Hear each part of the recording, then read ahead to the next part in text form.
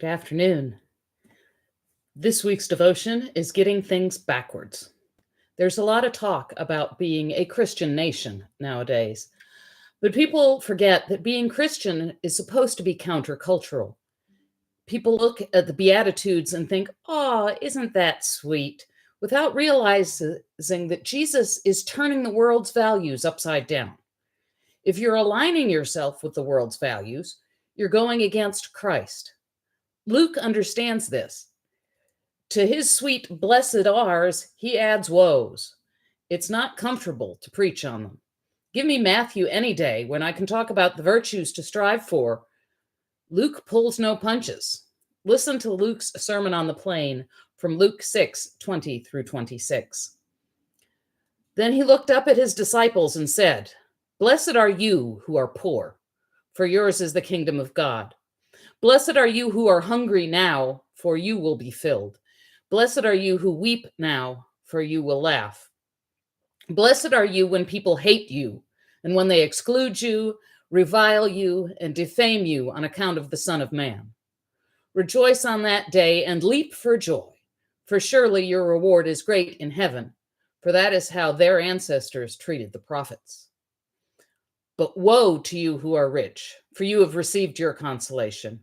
Woe to you who are full now, for you will be hungry. Woe to you who are laughing now, for you will mourn and weep.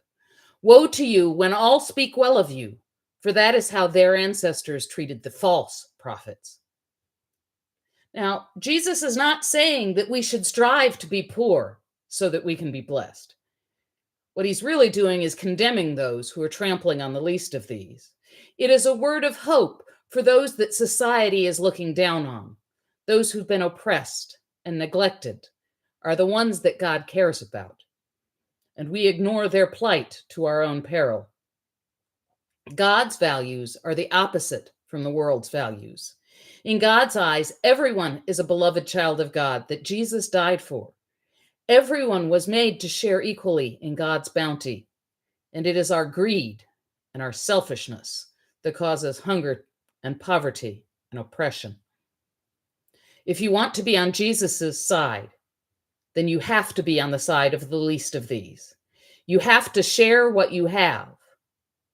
I know that many people are going to be angry about this devotion and will post horrible, hurtful things like they've been doing all month. They do it every time I bring up justice. But maybe that's a good thing. Maybe being reviled and defamed means that I'm on the right track to follow Jesus, because they did the same to him. Have a blessed week.